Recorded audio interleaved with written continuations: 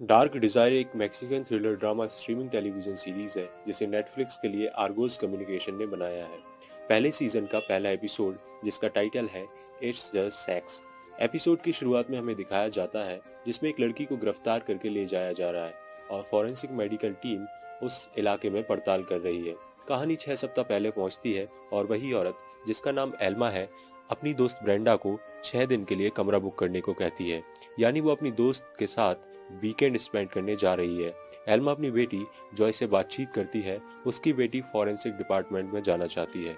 बातों से उजागर होता है उसका पति, जो कि एक जज है और उसका नाम है लियोनार्डो, किसी से फोन पे बात कर रहा है और उसे वीकेंड के लिए इनवाइट करता है। एल्मा शक की निगाह से उससे सवाल करती है। जज साहब बात घुमा देते हैं। एल्मा ब्रेंडा के घर पहुंचती है। ब्रेंडा से कहती है कि मुझे अपने पति पे शक है, जो अपनी पर्सनल असिस्टेंट के साथ मुझसे ज्यादा समय बिताता है।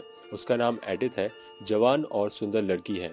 ब्रेंडा के उसके सेक्सुअल लाइफ के सवाल पर एल्मा कहती है पहले उसका पति बिस्तर में ताबड़तोड़ था, पर अब बात वैसी नहीं रही। ब्रेंडा भी अपने ब्रेकअप की कहानी बयां करती है। नतीजतन ब्रेंडा एल्मा को क्रूज का 7 दिन और 6 रातों का प्लान बताती है और कहती है तुझे कोई लड़का वहां मिल जाएगा, उसके साथ जमकर सेक्स करना। एल्मा कहती है नहीं यार, अब ये सब नहीं, अपन बेस्ट फ्रेंड वाली ट्रिप करेंगे जिसमें कोई मर्द नहीं होगा, सिर्फ हम दोनों होंगे। ब्रेंडा कहती है ठीक है सती सावित्री, पर तुझे मेरा कर्ज उतारना होगा। क्रूज ना सही, आज रात हम दोनों शिकार पर चलते हैं। नाइट पार्टी में घुसते ही ब्रेंडा एल्मा को उत्साहने वाले सवाल करती है, जैसे कि वो आखिरी बार कब गीली हुई थी, कब उत्तेजना पैदा हुई थी, कब ऑर्गाज्म हुआ था, ब्ला ब्ला। पार्टी में सारे जवान लड़के हैं। ये दोनों आंटी आप शिकार करने के लिए आतुर हैं। दूसरी तरफ जज साहब और उनकी पर्सनल असिस्टेंट एडिथ ने भी पैक खोल लिए हैं। एल्मा की बेटी अपने चाचा के साथ बैठ के बियर पी रही है और अपने पिता के अफेयर का शक चाचा को बताती है। एक जवान हैंडसम लड़का, जिसका नाम है दारियो, एल्मा से आकर कहता है तुम्हें ही ढूंढ रहा था मैं, ये लो व्हाइट वाइन। दारियो एल्मा को इम्प्रेस करने के लिए 2-4 फ्लर्टी लाइंस फेंकता है। एल्मा व्हाइट वाइन पीती है, कहती है तुम्हारी इन लाइंस से मैं नहीं पटने वाली। पर इस बहाने दोनों की आपस में बातचीत शुरू हो जाती है। तब ब्रेंडा बीच में आकर कहती है एल्मा, मैं जा रही हूँ, मुझे 5 फुट 11 इंच का बहाना मिल गया है, और सुन, तू भी इस लड़के के साथ सेक्स करके आना। ब्रेंडा के जाते ही दारियो एल्मा के करीब आने की कोशिश करता है। एल्मा कहती है वो ये सब नहीं कर सकती और वहां से जाने लगती है। दारियो कहता है तुम मुझे घर छोड़ने का मौका तो दे ही सकती हो। आंटी तो शिकार करने आई थी, पर खुद ही शिकार हो गई। एल्मा और दारियो घर में घुसते ही एक दूसरे को चूमना शुरू करते हैं और उनके बीच संभोग कार्यक्रम संपन्न होता है। लड़का नंबर एक्सचेंज करने की बात करता है। एल्मा कहती है ये सिर्फ सेक्स था, जैसे शुरू हुआ वैसे ही खत्म, अब तुम जाओ और जाते समय दरवाजा बंद कर देना। ब्रेंडा आती है, उस 5 फुट 11 इंच के बहाने के साथ हुई घटना को बयां करती है और ये देखकर खुश हो जाती है कि आखिरकार एल्मा ने उसकी बात मानी और सेक्स कर लिया। एल्मा ब्रेंडा के साथ क्रूज नहीं जाती।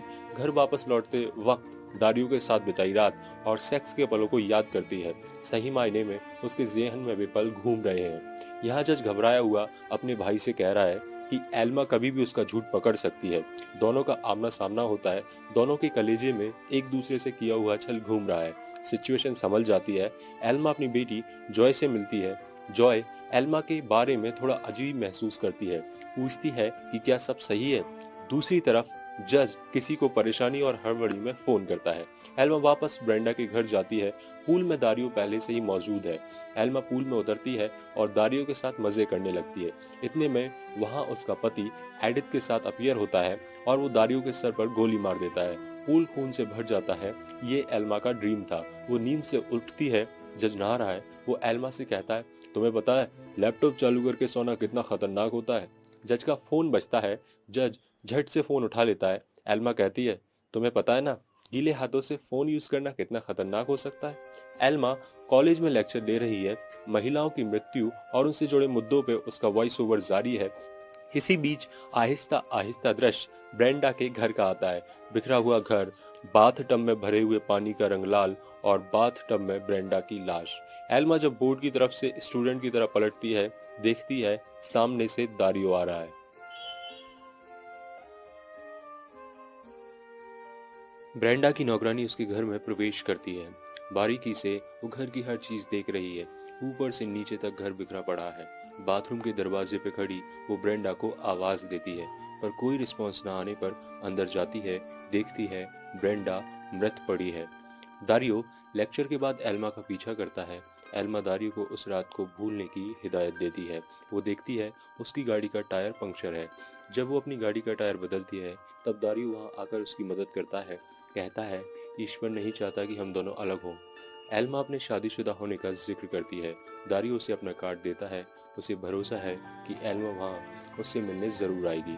जज साहब किसी केस को लेकर बहुत परेशान हैं। इस बात से काफ़ी खफा हैं कि तब तक सबूत मिट जाएगा और कैदी बच जाएगा।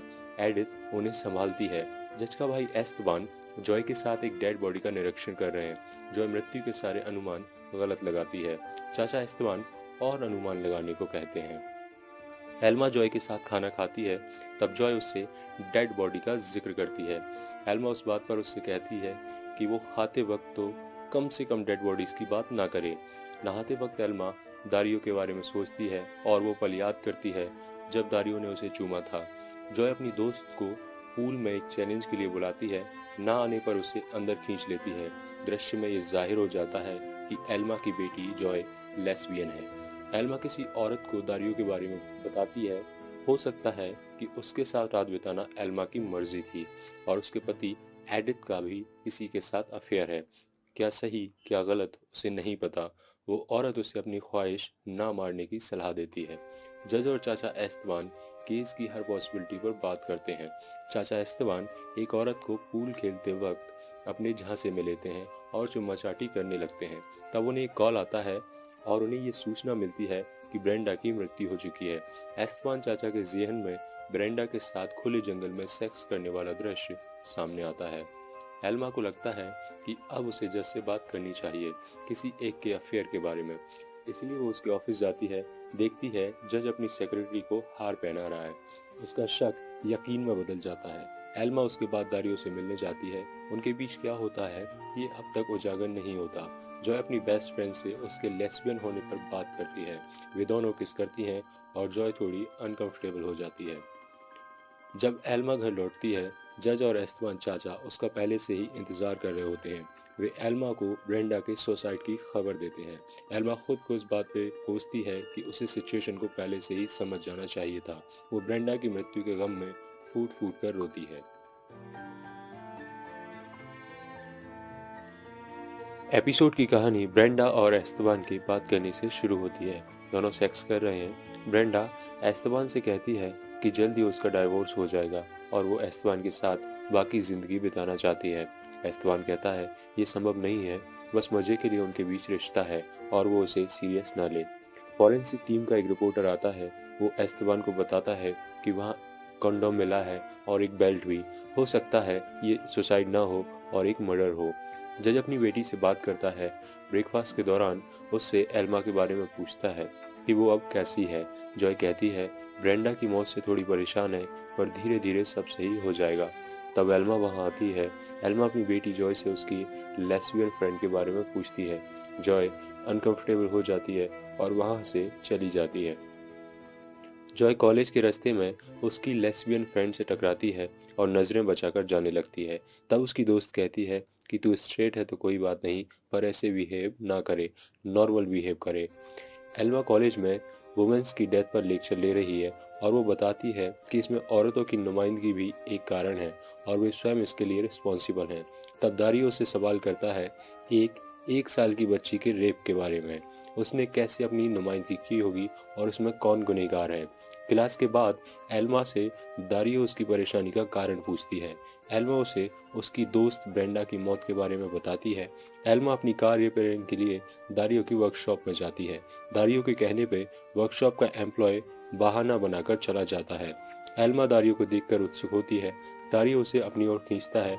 एल्मा की आंखों की चाहत देखकर उसे चूमने लगता है और उन दोनों के बीच एक बार फिर सेक्स होता है।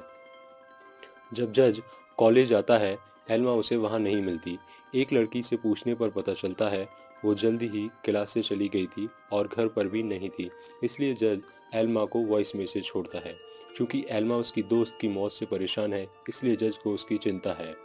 फॉरेंसिक ऑफिसर एक लड़की से ब्रेंडा के बारे में डिस्कस करता है, एस्तेबान को फॉरेंसिक ऑफिसर कंडोम बेल्ट के अलावा मोबाइल पे आए आखिरी मैसेज के बारे में बताता है। जब एल्मा जॉय के कमरे में जाती है, जॉय किसी से चैट कर रही होती है। वो एल्मा के बिना नॉक किए आने पे ऊंची आवाज में कहती है कि उन्हें नॉक करके आना चाहिए। बाद में एल्मा को अपने बर्ताव के लिए सॉरी कहती है। एल्मा जज को ढूंढने दूसरे कमरे में जाती है। जज और एस्तेबान बात कर रहे हैं। जज के पूछने पर कि एस्तेबान क्यों ब्रेंडा के केस में इतनी दिलचस्पी ले रहा है, बताता है कि ब्रेंडा के साथ उसका अफेयर चल रहा था। एस्तेबान अगली सुबह एल्मा से मिलने आता है और उससे जानने की कोशिश करता है कि वो लड़का कौन था जिससे ब्रेंडा आखिरी बार मिली थी। ब्रेंडा के घर में उस लड़के का बेल्ट मिला है और यूज्ड कंडोम भी। फॉरेंसिक टीम से एस्तेबान ने एल्मा का वॉइस ओवर ले लिया था जो वो उसे सुनाता है। तब एल्मा कहती है कि ब्रेंडा ने किसी लड़के के साथ सेक्स नहीं किया था। उस रात जो लड़का ब्रेंडा के घर आया था, खुद एल्मा ने उसके साथ सेक्स किया था। कहानी में ब्रेंडा की मौत का राज और गहराता जा रहा है। पहले तो लगा कि उसने खुदकुशी की है, पर ब्रेंडा के शरीर पर निशान मिलना, किसी मर्द के वीर के नमूने मिलना, इससे फॉरेंसिक टीम का शक और भी बढ़ गया है और फिलहाल इसका इल्जाम एल्मा पर आता दिख रहा है, जिसकी वजह है उसका वॉइस मेल जो उसने ब्रेंडा को भेजा था, क्योंकि उसे ब्रेंडा की मौत की कोई खबर नहीं थी। कहानी फ्लैशबैक में आती है। आज एल्मा और लियो की मैरिज एनिवर्सरी है, जिसे सेलिब्रेट करने के लिए सभी लोग इकट्ठा हुए हैं। वर्तमान में एल्मा और एस्तेबान की बातचीत अभी जारी है। एस्तेबान के कहने पर कि तुम ऐसा कैसे कर सकती हो, एल्मा कहती है क्यों नहीं, क्या सारे आदर्शों को फॉलो करने का ठेका मैंने लिया है। एस्तेबान ने जानना चाहा कि वो शख्स कौन है जो उस रात एल्मा के साथ था। एल्मा नहीं बताना चाहती थी, पर एस्तेबान ने उसे भरोसा दिलाया कि मैं उसके साथ कुछ गलत नहीं करूंगा, बस मुझे ये केस सुलझाना है, नहीं तो तुम पुलिस के चंगुल में फंस जाओगी और तुम्हें सब सच कहना पड़ेगा। एल्मा बताती है कि वो एक वकील है। इधर दारियो अपनी माँ के पास पहुंचा है। वो एल्मा के बारे में अपनी माँ को बता रहा है, पर उसकी माँ ख्यालों में खोई हुई है, बस एक तस्वीर को देखे जा रही है। इस तस्वीर से दारियो का क्या नाता है, ये हमें आगे पता चलेगा।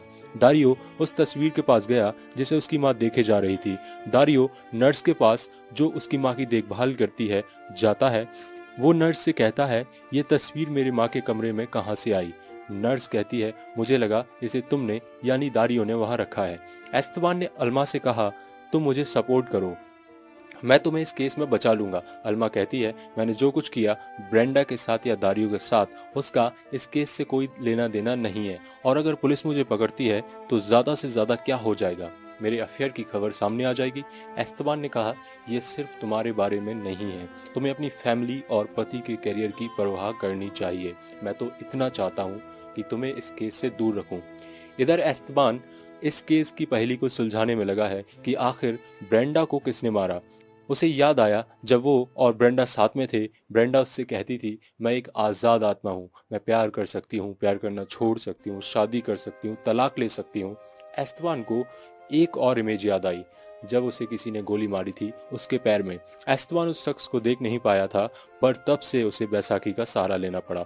कॉलेज में जॉय की एक फ्रेंड करीना बार बार उससे मिलती रहती है। वो जॉय से अपना रिश्ता आगे ले जाना चाहती है, और जब से उसे पता लगा है कि जॉय किसी एनिमस नाम के शख्स से चैट करती है, तब से वो उसे अपने पास ही रखना चाहती है, और जॉय का इंटरेस्ट लड़कियों में नहीं है, इसलिए वो करीना से दूर रहना चाहती है।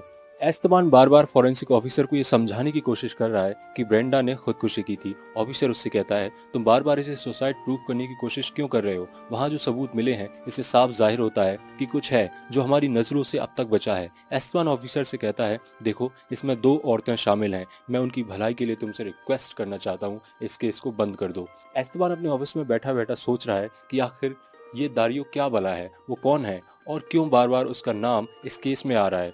एल्मा को बार बार सपना आता है जैसे ब्रेंडा जिंदा हो। वो कई बार दारियो को फोन लगा चुकी है, दारियो उसका फोन नहीं उठा रहा है, ना ही क्लास में आता है। एल्मा अपनी सेक्रेटरी से बात करती है कि वो बहुत बेचैन है, उसे समझ नहीं आता कि उसका पति हमारे रिश्ते के साथ क्या करने वाला है। वो किसी सम्मेलन में गया है एडिथ के साथ। एस्तेबान इसके बाद पहुंचा है दारियो की दुकान के पास एक कस्टमर बनकर। एल्मा भी दारियो से मिलने आई है ताकि सब कुछ खत्म कर सके। एस्तेबान जब एल्मा को वहां देखता है तो कहता है, तुम अभी भी इस कमीने के साथ हो, तुम्हें मेरे भाई के साथ ऐसा नहीं करना चाहिए। एल्मा उससे कहती है, कार में बैठो, कहीं और चलकर बात करते हैं। जॉय जिस एनोनिमस बंदे से चैट करती है जिसका नाम एनिमस है, कोई और नहीं बल्कि दारियो ही है। दारियो की फेसबुक प्रोफाइल पर जॉय का मैसेज आ रहा है जो इस बात से बेखबर है। फिलहाल तो जॉय अपनी माँ को एक कमरे में ले आई है जहां लियो और एल्मा की शादी की सालगिरह मनाने सभी लोग इकट्ठा हुए हैं। यहाँ एस्तबान भी है, उसने अभी तक लियो को एल्मा का सच नहीं बताया है। एपिसोड की शुरुआत में हमें दिखाया जाता है कि एक औरत जंगल में लकड़ियां बीन रही है। उसे कुछ कपड़े दिखे। जब वो थोड़ी आगे बढ़ी तभी उसने कुछ ऐसा देखा कि उसने सारी लकड़ियां फेंक दी और डरी हुई वहां से भाग गई।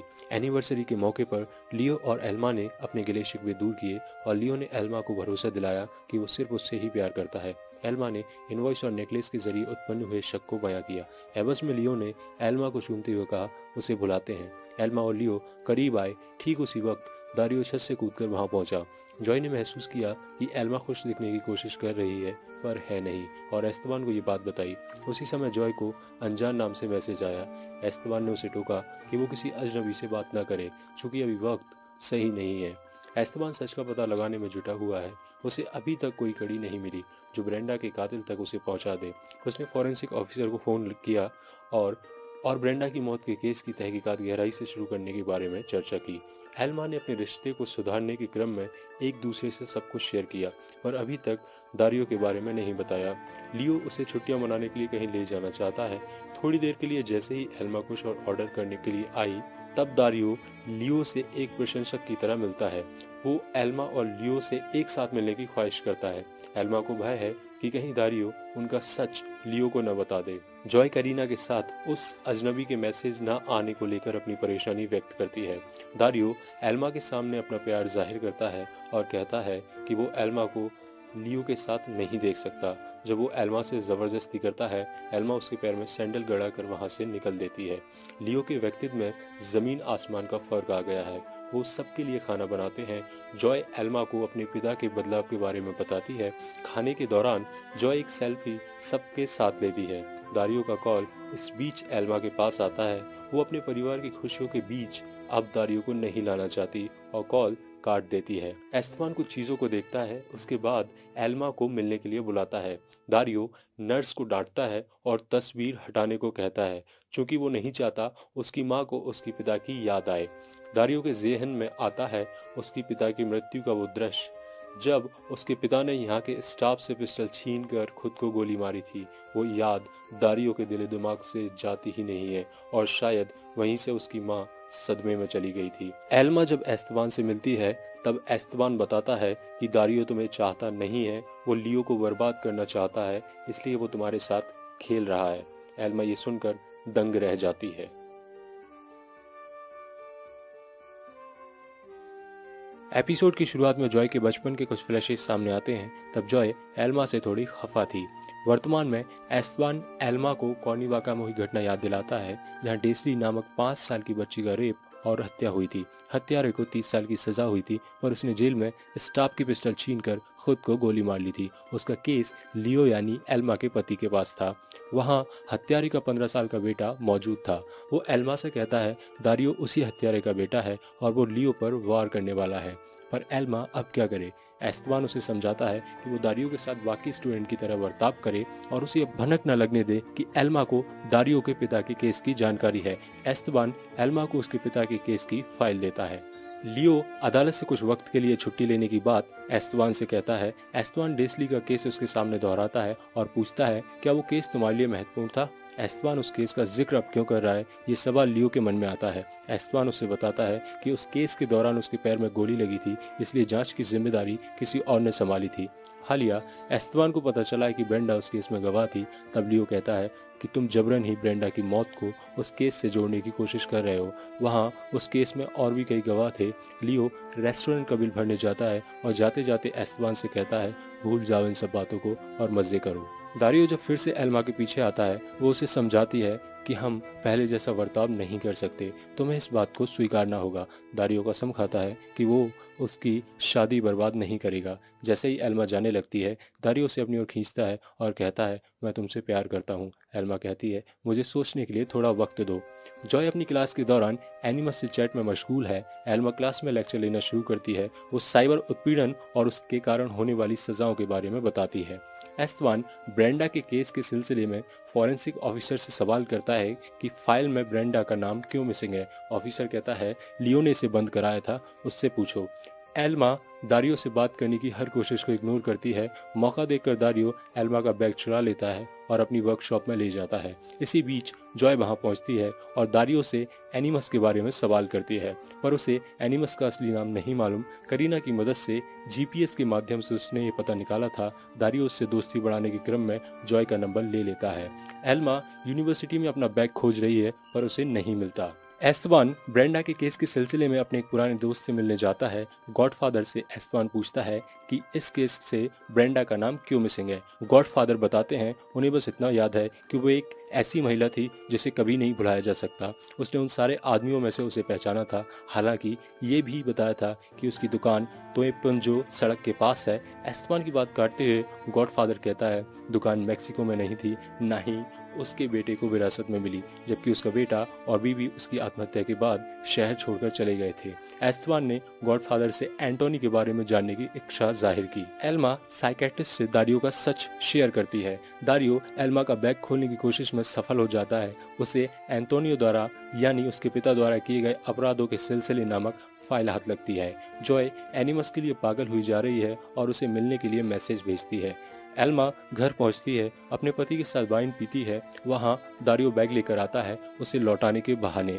एल्मा को उसका बर्ताव पसंद नहीं आता, पर वो लियो के सामने कुछ नहीं बोलती। एस्तवान ब्रेंडा के घर की वीडियो रिकॉर्डिंग देख रहा है। पहली क्लिप में एक अनजान शख्स जिसका चेहरा धुंधला है और दूसरी क्लिप में दारियो ब्रेंडा के घर में जाता दिखता है। जाते वक्त दारियो ने बेल्ट पहना था, पर अब वो लौटा तब उसके पैंट पर बेल्ट नहीं था, यानी एस्तवान का शक सही निकला। एपिसोड की शुरुआत में एक औरत बाथटब में अपने बच्चे को नहला रही है। वो बच्चा मुस्कुराता हुआ देख रहा है, जबकि उसकी माँ उदास है। एस्तवान का फोन एल्मा के पास आता है और वो ब्रेंडा के घर के कैमरे में रिकॉर्ड हुई दारियो की कहानी बताता है। ठीक उसी वक्त दारियो लियो से मिलने उसके घर जाता है। एल्मा को अकेला पाकर दारियो से जबरदस्ती चूमने लगता है। रात को सोते वक्त लियो एल्मा से पूछता है, जो बैग दारियो ने तुम्हें दिया है असल में उसमें क्या था। एल्मा बात को टाल देती है, क्योंकि एस्तवान ने उसे दारियो के केस और उस फाइल को सीक्रेट रखने को कहा था। लियो के सोने के बाद एल्मा दारियो से मिलने जाती है। एस्तवान उसे विस्तार से बताता है कि तुम्हारे निकलने के आधे घंटे बाद ही दारियो एल्मा के घर गया था, यानी वो आखिरी शख्स था जिसने एल्मा को जिंदा देखा था। एल्मा इस बेसिस पे दारियो को दोषी नहीं मानती और वापस घर चली जाती है। दारियो अपनी माँ से मिलने पहुंचता है। उन्हें काफी बुखार है।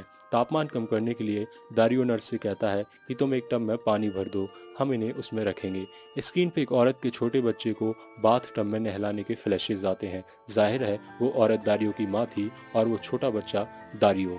दारियो की माँ नर्स से विनती करती है कि प्लीज मुझे इसके साथ मत छोड़ो, ये मुझे मार देगा। अगली सुबह एल्मा एस्तवान के ऑफिस जाती है। एस्तवान उसे बताता है कि ब्रेंडा उसके पिता के केस में मुख्य गवाह थी। एल्मा के ज़हन में पार्टी के वे फ्लैशेस आते हैं जब ब्रेंडा ने दारियो को देखकर कहा था, मैं तुम्हें जानती हूँ। एस्तवान उसे अपना अनुमान बताता है कि हो सकता है ब्रेंडा तुम्हें उसका सच ना बताने दे, इसीलिए कंफर्मेशन के लिए वो उसके घर गया हो कि क्या वाकई ब्रेंडा उसे जानती है। कैसे दारियो ने ब्रेंडा के कत्ल को सुसाइड बनाया होगा, इसकी रूपरेखा भी एस्तवान एल्मा को बयां करता है। ठीक जैसे दारियो की मां ने दारियो को बाथटब में डुबोया था, दारियो अपनी मां को बाथटब में डुबाता है। एल्मा एस्तवान से कहती है, मैंने तुम्हारी बात पर सोचा, अगर तुम्हारा अनुमान सही है तो हमें कुछ करना चाहिए, नहीं तो बहुत देर हो जाएगी। चूंकि अभी उनके पास पुख्ता सबूत नहीं है, इसलिए ब्रेंडा के केस को रीओपन करने से एस्तवान मना करता है, चूंकि उसमें उन दोनों के फंसने के चांसेस भी हैं। एस्तवान का मानना है कि दारियो शातिर है और अपराधी अलग ढंग से सोचते हैं, इसलिए एल्मा उसकी हरकतों को नहीं समझ पाएगी। लियो ने अपनी असिस्टेंट एडिस से कहा, हम दारियो को खाली पोजीशन पर रख सकते हैं, वो होनार भी है, कॉलेज भी गया है, बस एक बार उसके बारे में एल्मा से पता कर लो, उसके पास्ट रिकॉर्ड के बारे में। एल्मा के पास दारियो का मैसेज बार बार आ रहा है। एस्तवान कहता है, उसे होटल मिलने के लिए बुलाओ और आगे का प्लान बताता हूँ। जॉय ने अपनी फ्रेंड करीना से कहा कि वो एनिमस को ढूंढते हुए उस लोकेशन पर पहुंची थी। करीना ने कहा, तुम भी अजीब हो, एक भूत से प्यार कर बैठी हो जो दिखता ही नहीं, कहीं ऐसा ना हो कि तुम किसी मुसीबत में फंस जाओ।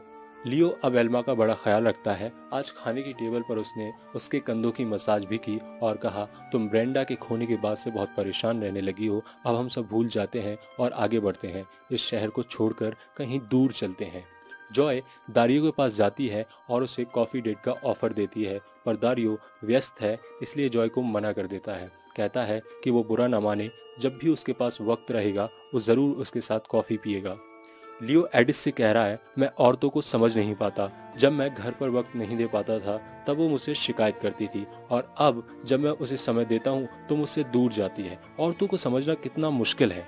एडिथ इस बात पर हंस पड़ी। वो दारियो की रिपोर्ट लाई है, सब कुछ क्लीन है। उसने एल्मा से इस बारे में कोई राय नहीं ली, अपने बेसिस पर ही निष्कर्ष निकाल लिया। दारियो एल्मा के बुलाए एड्रेस पर पहुंचता है। पीछे छिपकर बैठा एस्तेबान उसे छड़ी से मारकर बेहोश कर देता है और कहता है, साले तू गलत औरत के पीछे पड़ा है। शुरुआत में दिखाया गया फ्लैशबैक अपने अंत पर पहुंचता है। वो ये है कि दारियो की माँ उसे बाथटब में डुबो रही है। ठीक उस वक्त उसके पिता आकर उसे बचाते हैं। एल्मा अपनी साइकेट्रिस्ट से कह रही है कि मुझे कुछ समझ नहीं आ रहा है कि क्या एस्तेबान की थ्योरी सच्ची है या झूठी। इस कहानी का खलनायक कौन है, मुझे कुछ भी समझ नहीं आता, मेरा तो सिर फटा जा रहा है। लियो एडिस से कह रहा है, मुझे आजकल एल्मा समझ नहीं आती, वो मुझसे कुछ छुपा रही है।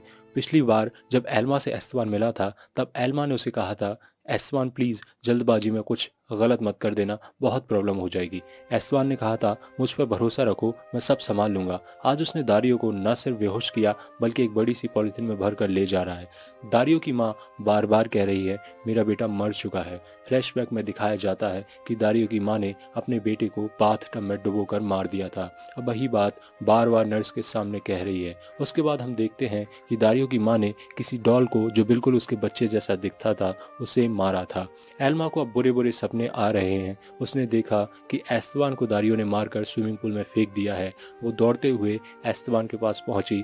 एस्तेबान ने वो पॉलिथीन जिसमें लाश थी उसे जंगल में फेंक दिया था। इधर जॉय और लियो एल्मा को घर में न देख पाने पर परेशान है। उन्हें समझ नहीं आ रहा है कि भला बिना बताए इतनी देर से कहाँ गायब है। लियो ने एल्मा को फोन लगाया पर फोन वो यहीं छोड़ गई है। इसके बाद उसने एस्तेबान को ऑफिस में फोन लगाया। यहाँ एल्मा तो है पर उसके असिस्टेंट को ये बात छुपाने को कहा। दारियो की माँ नर्स से बार बार कह रही है कि उसने अपने हाथों से अपने बेटे को बाथटब में डुबोकर मार दिया था, जबकि नर्स कह रही है कि आपका बेटा जल्दी आने वाला है। लियो अपनी कार से निकल पड़ा है एल्मा को ढूंढने। उसे पूरा यकीन है कि एल्मा और एस्तेबान जरूर कोई खिचड़ी पका रहे हैं। फ्लैशबैक में दिखाया जाता है कि लियो अपने आप में कई राज लिए बैठा है। उसने किसी पर गोली चलाई थी, वो शख्स कौन था ये अभी रहस्य है। एल्मा भी एस्तेबान को ढूंढ रही है। उसके मन में द्वंद्व है, आखिर दोषी कौन है और कौन निर्दोष। वो दारियो के ऑफिस पहुंचती है पर दारियो यहाँ नहीं है। अपने ऑफिस जब एस्तेबान पहुंचता है वो एल्मा के मिस कॉल देखता है। उसने फोन कर कहा, मुझे माफ करना, मैं फोन नहीं उठा पाया। लियो एल्मा का फोन एस्तेबान के सामने लाता है, कहता है, एल्मा नहीं, मैंने एल्मा के फोन से तुम्हें कॉल किया था। एल्मा गाड़ी पीछे करती है। एक शख्स उससे टकराकर गिर जाता है। एल्मा देखती है वो कोई और नहीं दारियो ही है। लियो के वॉइस ओवर में आता है, अब मेरी कहानी शुरू होगी। लियो ने एस्तेबान से कहा, 10 साल पहले मैंने तुम पर गोली चलाकर तुझे अपाहिज कर दिया था, पर लगता है वो कम था। तुझे मेरी बीवी ही मिली थी हाथ डालने के लिए, हरामखोर। ये कहकर लियो एस्तेबान पर बंदूक तान देता है। एपिसोड की शुरुआत में हम देखते हैं कि सभी एक मैजिक शो देख रहे हैं। मैजिशियन ने ब्रेंडा को स्टेज पर बुलाया और इस जादू में मैजिशियन ने ब्रेंडा को गायब कर दिया। एस्तेबान ने यह जादू लियो पर करने को कहा। जब लियो बैठा तब उसके पास गायब हुई ब्रेंडा वापस आ गई। कहानी अब प्रेजेंट में आती है। लियो और एस्तेबान की लड़ाई हो रही है इस बात पर कि लियो ने उसकी टांग खराब कर दी। लियो की काफी कुटाई करने के बाद एस्तेबान ने उसे छोड़ दिया और उसे बताया कि एल्मा से मेरा कोई लफड़ा नहीं है, हम बस साथ में ब्रेंडा के केस पर काम कर रहे हैं। लियो भी ये बयां करता है कि उसने एस्तेबान को गोली चोर समझकर चलाई थी और ब्रेंडा से उसका भी चक्कर था, इसलिए उस वक्त वो उसके घर गया था। एस्तेबान ने उससे कहा, फिक्र मत करो, मैं तुम्हारा ब्रेंडा के साथ जो अफेयर था उसे एल्मा को नहीं बताऊंगा। लियो उससे गुजारिश करता है कि वो ब्रेंडा के केस को बंद कर दे, क्योंकि इससे उसका नाम सामने आ जाएगा और एल्मा के साथ उसके रिश्ते पर प्रभाव पड़ेगा। एस्तेबान ने हामी भरी और लियो वहां से चला गया। लियो एडिथ के पास गया और कहा, मुझे ब्रेंडा की लाश खोदकर निकालने के लिए वारंट चाहिए। एल्मा एस्तेबान से मिलती है और दारियो के बारे में पूछती है। एस्तेबान उसे बताता है कि उसने बड़े प्यार से दारियो को समझाया है, अब वो कभी उसे परेशान नहीं करेगा। जबकि फ्लैशबैक में दिखाया जाता है एस्तेबान ने अलग अलग ढंग से दारियो को टॉर्चर किया है और मारा भी है। एस्तेबान एक डेड बॉडी जंगल में फेंक के आता है। ये किसकी है अब तक उजागर नहीं हुआ है। एल्मा जब दारियो और उसके अफेयर का सच लियो को बताने को कहती है, तब एस्तेबान कहता है, ऐसी गलती मत करना, इससे परिवार टूट जाएगा और तुम्हारी बेटी पर इसका बुरा प्रभाव पड़ेगा। तुम ऐश करो, मैं सब ठीक कर दूंगा। एल्मा जब दारियो से मिली तब उसने कहा, तुम ज्यादा मत बनो, मुझे मालूम है कि तुम मेरे पास लियो को बर्बाद करने के इरादे से आए थे। तुमने मेरे परिवार के बारे में सब कुछ पता किया था। दारियो ने कहा, उस कमीने एस्तेबान ने मुझे धोखे से मारा, इतनी सारी यातनाएं दी और अब तुम मुझ पे आरोप लगा रही हो। अगर तुम यही चाहती हो तो ठीक है, आज के बाद मैं तुमसे कभी नहीं मिलूंगा। एडिथ जब वारंट ना मिलने की बात कहती है तो लियो को गुस्सा आ जाता है। कहता है, मुझे कानून मत सिखाओ, जो कहा है वैसा करो। एस्तेबान जब ब्रेंडा के घर के आगे आया तब उसने विजुलाइज किया कैसे उसे गोली लगी होगी और ब्रेंडा ने कैसे लियो को वहां से भगाया होगा।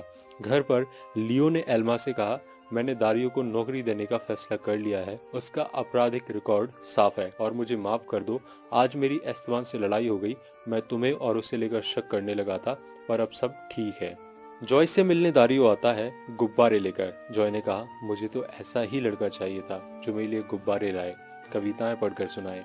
जब दोनों जॉय के घर के बाहर पहुंचे तब दोनों ने एक दूसरे को किस किया। दारियो जब अपनी माँ से मिलने पहुंचा तब माँ ने कहा, तुम मर चुके हो, लेकिन तुम ये नहीं जानते, मैंने खुद तुम्हें अपने हाथों से मारा है, मैंने तुम्हें डुबो दिया था, और ये बात किसी से मत कहना, नहीं तो सब मुझे पागल समझेंगे। एल्मा अपनी साइकियाट्रिस्ट के साथ है और उसे कहती है कि पता नहीं क्यों मेरा दिल कह रहा है कि दारियो वैसा नहीं है जैसा एस्तेबान कह रहा है। वो निर्दोष है, वो किसी का खून कर ही नहीं सकता। घर पर एल्मा को एक सपना आया है जिसमें वो वहां पहुंची है जहां जादूगर ने लियो के साथ ब्रेंडा को दिखाया था।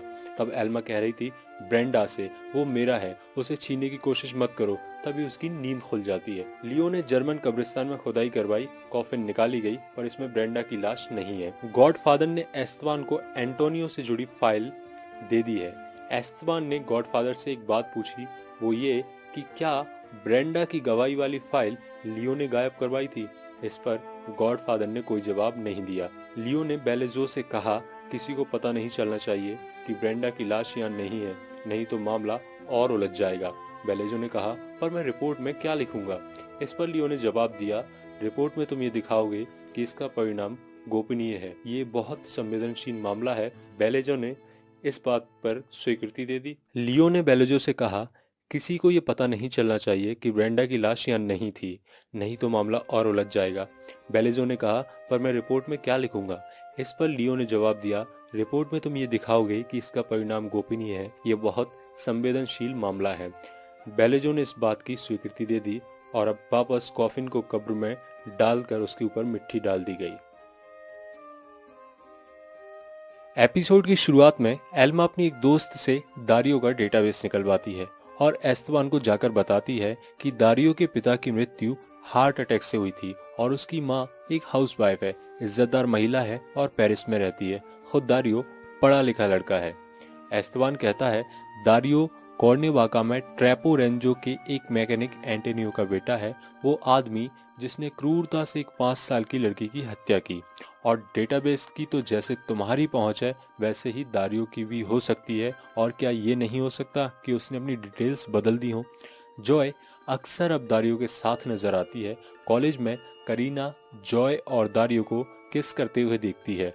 जंगल में एक 5 साल की बच्ची की लाश मिली है। लियो और एस्तेबान वहां पहुंचते हैं। एस्तेबान जब बीमा कंपनी का एजेंट बनकर लुसिंडा के पास जाता है तब वे दारियो का फोटो देखकर बस ये दोहराती हैं कि ये मेरा बेटा है, मर गया है, मैंने इसे पानी में डुबोकर मारा था। नर्स एस्तेबान को वहां से भगा देती है। एल्मा जब दारियो से मिलने उसकी वर्कशॉप में जाती है तब वो एक पर्ची पे जॉय का नंबर देखती है। एल्मा जॉय को फोन लगाती है पर जॉय का फोन दारियो की कार में पड़ा है। एल्मा ने जब करीना से बात की तो उसने बताया कि वो किसी मैकेनिक के साथ घूमने गई है। अब एल्मा का डर काफी बढ़ जाता है। वो लियो से कहती है कि हमें पुलिस को जॉय के खोने की रिपोर्ट लिखवा देना चाहिए। एस्तेबान रिकॉर्डिंग देख रहा है। उसी दौरान उसे बेलेजो का फोन आता है। बेलेजो कहता है तुम्हारे भाई ने ब्रेंडा की लाश निकलवाने का ऑर्डर दिया था और निकलवाई भी, पर तुम्हें बताने का मना किया था। उसी दौरान स्क्रीन पर उसे लियो दिखता है ब्रेंडा के घर के सामने, यानी कत्ल की रात लियो भी ब्रेंडा के घर गया था। एल्मा के कहने पर जॉय को ढूंढने के लिए लियो पुलिस लगा देता है। एल्मा रोते हुए लियो को उसके और दारियो के अफेयर के बारे में बताती है। एल्मा अपनी गलती स्वीकारती है और कहती है वो पास्ट था। जब एल्मा ने दारियो से दूरी बनाई उसने जॉय से दोस्ती बढ़ा ली। लियो को ये सुनकर बहुत गुस्सा आया और उसने एल्मा से कहा बस अब तुम अपना मुंह बंद रखो और मुझे संभालने दो। दारियो जॉय को ठीक उस ढंग से बाथटब में ले जाता है जैसे ब्रेंडा को ले गया था और ठीक उसी ढंग से जॉय की कलाई पर ब्लेड चलाता है। एपिसोड की शुरुआत में हम देखते हैं लियो ने अपनी सारी शक्तियों का इस्तेमाल जॉय को ढूंढने के लिए किया। एल्मा और लियो पुलिस के साथ जंगल में जॉय को ढूंढ रहे हैं। एल्मा के ज़हन में दारियो द्वारा जॉय को ब्लेड से मारे जाने के फ्लैशेज आते हैं। पुलिस को वहां कुछ जॉय के कपड़े और सामान मिलता है। पुलिस जॉय के कंप्यूटर से कॉल डिटेल्स निकालती है। आखिरी कॉल और एड्रेस 16 तारीख का मिलता है। फॉरेंसिक ऑफिसर बेलेजो एस्तेबान को बताता है कि उन्होंने उसके भाई लियो के साथ मिलकर ब्रेंडा की कब्र खुदवाई थी, लेकिन वहां ब्रेंडा की बॉडी नहीं मिली। लियो ने किसी को भी इस बात को ना बताने के लिए कहा था, इसलिए अब तक बेलेजो ने यह बात एस्तेबान को नहीं बताई। एल्मा जॉय के कमरे में तलाश कर रही है ताकि कुछ सबूत मिल जाए और वो कोई आइडिया लगा सके। उसे एक किताब मिलती है जो दारियो ने जॉय को दी थी। उसे देखकर एल्मा बिलख बिलख कर रो पड़ती है। दारियो की शॉप पर पुलिस जाती है। वहां उन्हें दारियो मिलता है। वो इससे बेखबर है। पुलिस उसे पकड़कर पानी में डुबोती है। ठीक उसी वक्त एल्मा जॉय के साथ प्रवेश करती है। पुलिस दारियो को छोड़ देती है। घर पर जॉय अपने पेरेंट्स पर दारियो पर अत्याचार करने के लिए गुस्सा होती है और कहती है आप लोगों को मनोचिकित्सक की जरूरत है। लियो से कहता है अपने कमरे में जाओ और जब तक मैं ना कहूँ बाहर मत निकलना और उस कमीने से दोबारा मत मिलना। जॉय अपने पिता के खिलाफ कहती है दारियो मेरा बॉयफ्रेंड है और अगर मुझे गवाही देने का मौका मिला तो मैं उसी के पक्ष में बोलूंगी। इस बात पे लियो और एल्मा आपस में लड़ते हैं। एल्मा कहती है कि अगर मुझे अपना परिवार बचाने के लिए जॉय को सच बताना पड़े कि उसकी माँ भी दारियो के साथ सो चुकी है तो वो जरूर बताएगी। एल्मा लियो से कहती है कि वो दारियो के पिता का केस फिर से खुलवाएगी ताकि सब कुछ उजागर हो सके। लियो उस पर गुस्सा होते हुए कहता है तुम अपना दिमाग मत लगाओ, मैं सब संभाल लूंगा। मैं आदर्शवादी हूँ पर समाज के सामने ये नहीं स्वीकार सकता कि मेरी बेटी और मेरी बीवी का फायदा एक ही आदमी ने मुझसे बदला लेने के लिए उठाया है और वे दोनों दारियो से प्यार करती हैं और उसे पाने के लिए कुछ भी कर सकती हैं और अपने पिता और पति के खिलाफ भी जा सकती हैं। लियो अपने ऑफिस में बैठा बैठा पिस्तौल में गोलियां भरता है और खुद को मारने का प्रयास करता है। एडिथ आकर उसे संभालने की कोशिश करती है पर लियो उस पर गुस्सा हो जाता है और कहता है मुझे अकेला छोड़ दो। लियो ऑफिस के बाहर निकलता है। ऐसा महसूस होता है जैसे उसे हार्ट अटैक आ रहा हो। एडिथ एम्बुलेंस बुलाती है और लियो का स्टाफ उसे संभालता है। एस्तेबान एल्मा को मिलने जाता है और उसे ब्रेंडा के घर का फुटेज दिखाता है। एल्मा ये देखकर चौंक जाती है कि दारियो के निकलने के बाद उसके घर में लियो गया था।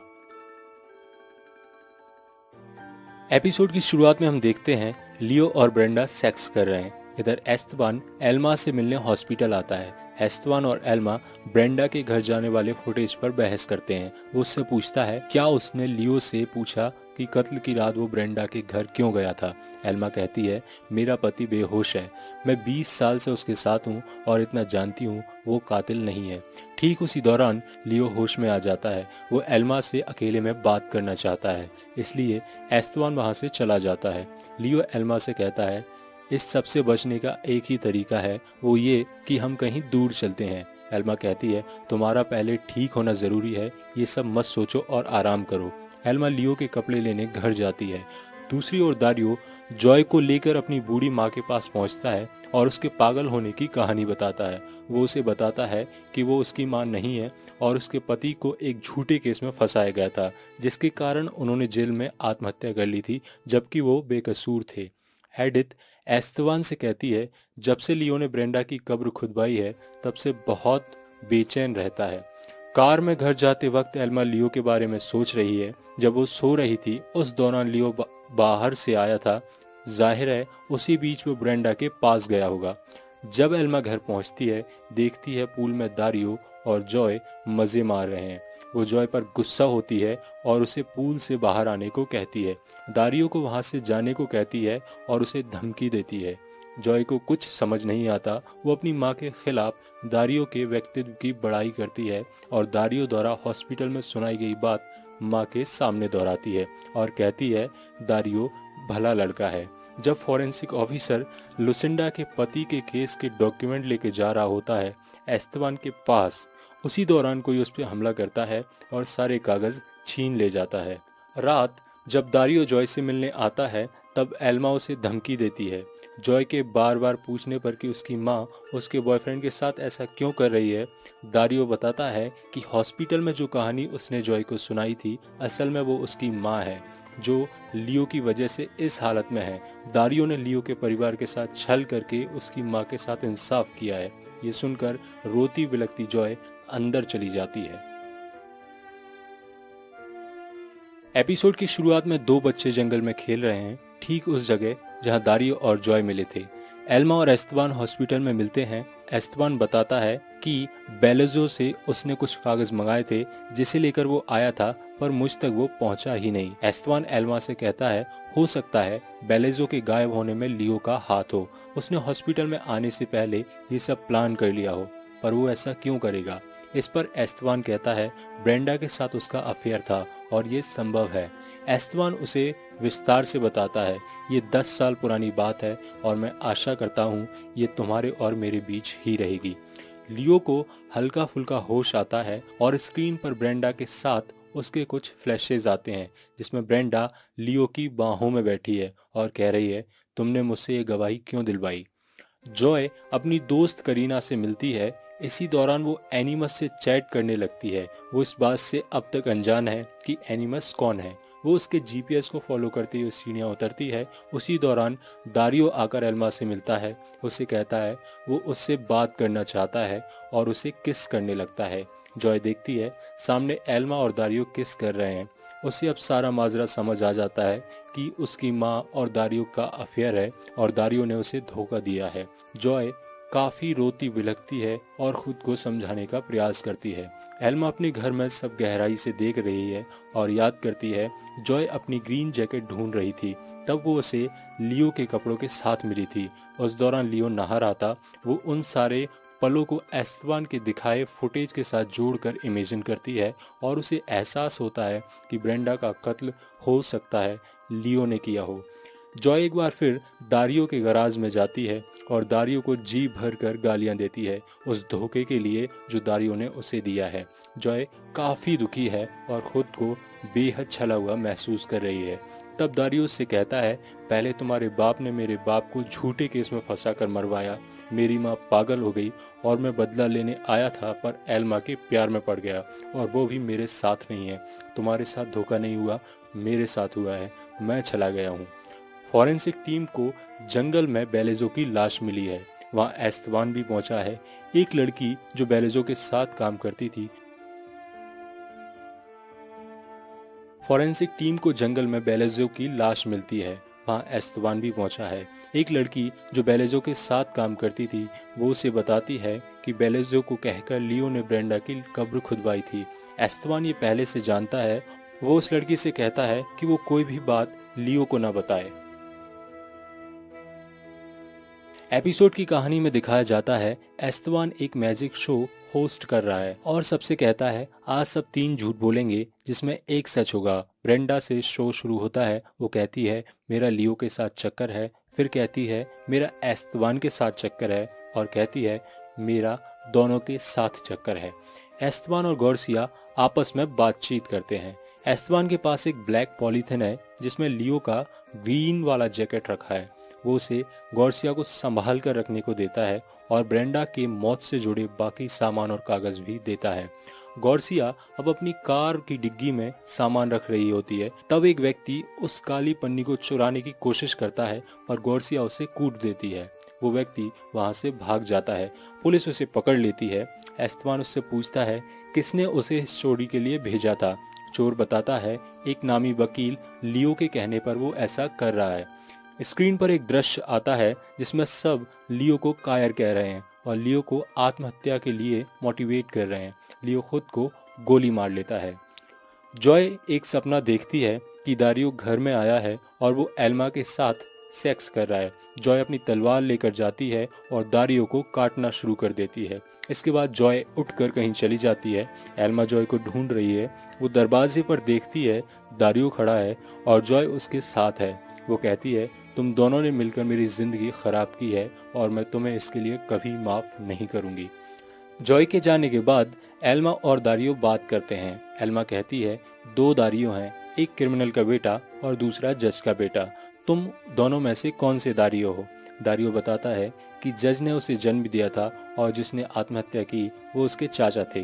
दारियो ब्रेंडा से मिलने उसके घर इसलिए गया था ताकि वो ये जान सके कि ब्रेंडा ने झूठी गवाही क्यों दी। दारियो ने ब्रेंडा का कत्ल नहीं किया है। उसके बाद वो एल्मा से अपना प्यार जाहिर करता है और जबरदस्ती उसे किस करने लगता है। एल्मा गुस्सा हो जाती है, इसलिए दारियो वहां से चला जाता है। दारियो नहाते वक्त एल्मा के साथ बिताए पलों को याद करता है और जॉय दारियो के साथ बिताए पलों को याद करती है। एस्तेबान एल्मा को बताता है कि सारे सबूत लियो के खिलाफ हैं और उसने ही ब्रेंडा का कत्ल किया है। लियो द्वारा भेजे गए चोर का जिक्र भी एस्तेबान करता है। एल्मा ये स्वीकार करने को तैयार नहीं है। वो ये सोच कर कि उसका पति कातिल है रो पड़ती है। दारियो लुसिंडा से पूछता है कि सच क्या है, वो कौन है, किसका बेटा है। लुसिंडा काफी देर चुप रहने के बाद कहती है लियो चले जाओ यहाँ से। लुसिंडा के मुंह से लियो का नाम सुनकर दारियो चौंक जाता है और उससे सच्चाई बताने के लिए मिन्नतें करता है। एपिसोड की शुरुआत में हम देखते हैं एल्मा और एस्तेबान सेक्स कर रहे हैं। उसके बाद एस्तेबान एल्मा का वीडियो भी बनाता है। दारियो एल्मा के घर आता है। जॉय उस पे तलवार से वार करती है। दारियो बच जाता है और जॉय को दबोच लेता है। वो उससे कहता है तुम एक बार मेरी बात सुनो, लुसिंडा ने मुझे सब सच बता दिया है। इतने में वहां एल्मा और एस्तेबान आ जाता है। एस्तेबान दारियो पर गोली चलाता है। दारियो बचकर भाग जाता है। एस्तेबान ने जो फुटेज फॉरेंसिक ऑफिसर को दिया था उसमें कुछ मिसिंग है। वो अपने जूनियर से कहती है मुझे बाकी का फुटेज ब्रेंडा के घर से ला कर दो। एल्मा बैठे बैठे दारियो के साथ बिताए पलों को याद करती है। लियो को होश आ जाता है। एल्मा उससे मिलने जाती है और लियो उसे सच बताता है। तब एल्मा कहती है कि वो सच पहले से जानती है, मुझे बस उस रात के बारे में बताओ।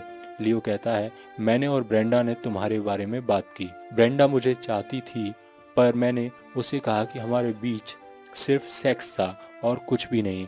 हमने शराब पी, उसके बाद मुझे कुछ भी याद नहीं। एडिथ और जॉय बातचीत कर रहे हैं। उसी दौरान वहां एस्तेबान आ जाता है। एस्तेबान जॉय से कहता है तुम एडिथ की किसी भी बात पर भरोसा मत करना। उसके बाद वो लियो के केबिन में जाता है। लियो उससे कहता है तुमने ऐसा क्यों किया एस्तेबान? एस्तेबान कहता है क्या तुमने ब्रेंडा को मारा है? लियो कहता है क्या मैं ऐसा कर सकता हूँ? मैं उससे उस रात मिला जरूर था पर मुझे कुछ भी याद नहीं। अब एस्तेबान कहता है तुमने ही ब्रेंडा को मारा है लियो। दूसरी ओर दारियो लुसिंडा के पास बैठा है। उसके हाथ में दो फोटो हैं। वो लुसिंडा से पूछता है इनमें से वो कौन है जिसने तुम्हारे पैसे नहीं दिए? लुसिंडा जिसका फोटो चुनती है वो था एस्तेबान और कहती है मैंने इसे सारे सबूत दिए थे पर इसने पैसे नहीं दिए। इसे कह दो अगर ये पैसे नहीं देगा तो मैं सारा सच दुनिया को बता दूंगी। दारियो उसे भरोसा दिलाता है कि वो एस्तेबान से सारे पैसे वसूल लेगा। एल्मा जॉय को समझा रही है कि सब ठीक हो जाएगा। उसी दौरान गॉर्सिया आती है। वो कहती है कि मुझे तुम्हारे पति के बारे में कुछ जानना है। एल्मा कहती है कि इस बारे में वो एस्तेबान से बात करे। तब गॉर्सिया कहती है कि हम एस्तेबान पर भरोसा नहीं कर सकते, वो भरोसे के काबिल नहीं है। एल्मा देखती है लियो के कैबिन में पुलिस आई हुई है। जब वो कैबिन में जाती है लियो कहता है मैंने इन्हें बुलाया है, मैंने ब्रेंडा का कत्ल किया है, उसी के लिए ये मुझे गिरफ्तार करने आए हैं। एल्मा कहती है, ये झूठ है, तुमने ब्रेंडा को नहीं मारा। पर पुलिस एल्मा की नहीं सुनती। एल्मा एस्तवान से विनती करती है कि वो ये सब रोके, पर एस्तवान कहता है, मैं कुछ नहीं कर सकता। एपिसोड की शुरुआत में हम देखते हैं लुसिंडा के हाथ में लियो और एस्तवान की तस्वीर है और वो उन दोनों को आग लगा रही है। एस्तवान लियो के कैबिन में है और वहाँ कोई नहीं है। वो लियो को सोडियम के इंजेक्शन देता है जिसका अंदाजा लियो को नहीं है। जब लियो को होश आता है तब एस्तवान उसके लिए ड्रिंक्स लेके आता है। लियो के कहने पर कि वो ड्रिंक्स कैसे अंदर लाया, एस्तवान बताता है कि उसने गार्ड से दोस्ती कर ली है। अपने भाई के लिए वो इतना तो कर ही सकता है। दारियो लुसिंडा की बताई फैक्ट्री में जाता है। लुसिंडा ने उसे बताया था उसके दादा बहुत अमीर आदमी थे, पूरी जायदाद के 2 हकदार थे, दारियो के पिता और उसके चाचा। पर दारियो के दादा ने सारी जायदाद दारियो के पिता के नाम कर दी और दारियो के चाचा ने मिलकर दारियो के पिता को देसली नामक 5 साल की बच्ची के केस में फंसा दिया। दारियो के पिता बेहद शरीफ इंसान थे, इसलिए उन्होंने जेल में खुद को गोली मार ली। अब इस जायदाद का इकलौता वारिस दारियो ही है। ये वही जगह है जहां एस्तवान ने ब्रेंडा की बॉडी रखी है और दारियो को भी यहीं कैद किया था। गॉर्सिया कैदी से पूछती है कि उसने किसके कहने पर लियो का नाम लिया था। वो बताता है कि उसे एस्तवान का कॉल आया था, उसने ऐसा करने को कहा था। एल्मा अपनी साइकेट्रिस्ट को बताती है कि मुझे लगता है लियो ब्रेंडा को नहीं मार सकता, मैं उसे अच्छे से जानती हूँ, वो कातिल नहीं हो सकता, पर सारे सबूत उसके खिलाफ हैं। मैं एक क्रिमिनल की बीवी हूँ जिसने खुद मेरी दोस्त को मारा है, मैं इस पर कैसे भरोसा करूँ। पुलिस लियो के घर और ऑफिस की छानबीन करती है। जॉय अपनी दोस्त के साथ मिलकर ये पता लगाती है कि उसके पिता को हार्ट अटैक कैसे आया। इसका एक कारण और भी हो सकता है और वो है ब्लड में सोडियम की मात्रा का बढ़ जाना। गॉर्सिया एस्तवान के ऑफिस की तलाशी के लिए जाती है। दारियो को याद आता है कि एस्तवान ने उसे कहाँ रखा था। उस वक्त उसने महसूस किया जैसे एस्तवान किसी बॉडी को काट रहा हो, क्लास के बाद वो ये बात एल्मा को बताता है कि वो उस जगह को जानता है जहां एस्तवान ने उसे कैद किया था और वहां किसी सड़ी हुई बॉडी की बदबू भी थी और उसकी माँ लुसिंडा द्वारा बताई गई कहानी भी बयान करता है। गॉर्सिया एडिथ से कहती है, पूरी दुनिया में मैं इकलौती ऑफिसर हूँ जो ये मानती है कि लियो बेगुनाह है, इसलिए गॉर्सिया एडिथ से गुजारिश करती है कि वो उसकी मदद करे। एस्तवान अपने नौकर को डांटता है कि उसने क्यों गॉर्सिया को उसके ऑफिस में छानबीन करने दी, उसके पास इसका वारंट नहीं था। गॉर्सिया अपनी एक साइबर दोस्त की मदद से ब्रेंडा की कॉल डिटेल्स निकलवाती है।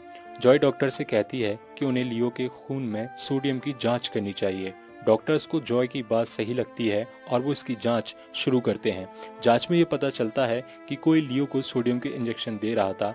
एल्मा अंदाजा लगाती है और उसका इशारा एस्तवान पे जाता है। एस्तवान फैक्ट्री जाता है और पूरी फैक्ट्री में आग लगाने के लिए तेल छिड़कने लगता है। दूसरी तरफ गॉर्सिया एल्मा और एडिथ के साथ ये निष्कर्ष निकाल लेती है कि ब्रेंडा की मौत की वजह लियो नहीं एस्तवान है। उसी दौरान एल्मा के पास दारियो का कॉल आता है और वो कहता है, मैं अपनी फैक्ट्री में हूँ और यहाँ एस्तवान आ पहुँचा है, प्लीज मेरी मदद करो। प्रेस में ये खबर फैल जाती है कि लियो ने ब्रेंडा का खून किया है। जब ये न्यूज़ लियो ने देखी तो अपनी बेटी जॉय से कहा, मैंने ये बयान कैसे दे दिया, ये सच नहीं है। जॉय उसे भरोसा दिलाती है कि एल्मा और वो उनके साथ अन्याय नहीं होने देंगे। दारियो और एस्तवान का फैक्ट्री में आमना सामना होता है। दारियो एस्तवान को बुरी तरह धोता है, लेकिन उनके आमना सामना होने से पहले एस्तवान वहां तेल छिड़क चुका था और वो आग लगाने के लिए लाइटर निकाल लेता है।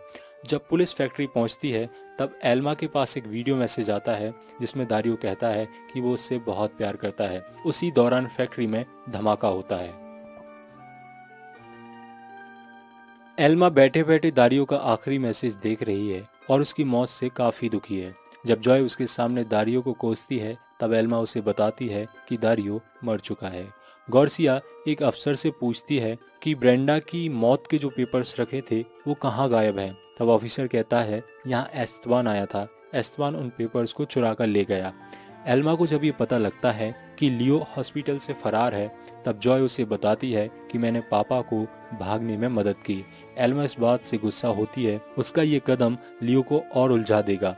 जॉय कहती है अगर वो पुलिस की गिरफ्त में आ जाते तो कैसे खुद को बेगुनाह साबित करते।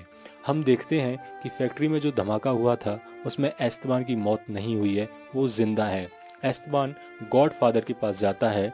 ठीक उसी दौरान हॉस्पिटल से भागा हुआ लियो भी गॉडफादर के पास पहुंचता है। पहले दोनों में फाइट होती है। फिर लियो के पूछने पर एस्तबान बताता है कि वो लियो की रक्षा के लिए यहाँ आया है। गॉडफादर ने उन्हें धोखा दिया है। अब वो दारियो के पिता की नई कहानी बयां करता है कि गॉडफादर ने सारे सबूत दारियो की माँ से लिए थे और ब्रेंडा से झूठी गवाही भी दिलवाई थी। यानी दारियो के पिता को एस्तबान ने नहीं बल्कि गॉडफादर ने फंसाया था, इसलिए वो यहाँ से फरार हो गया। जब लियो कबर्ड में कुछ देख रहा होता है तभी एस्तबान पीछे से उसे मार देता है। गॉर्सिया को ब्रेंडा के घर के बाहर का वो फुटेज मिल जाता है जिसे एस्तबान ने गायब किया था।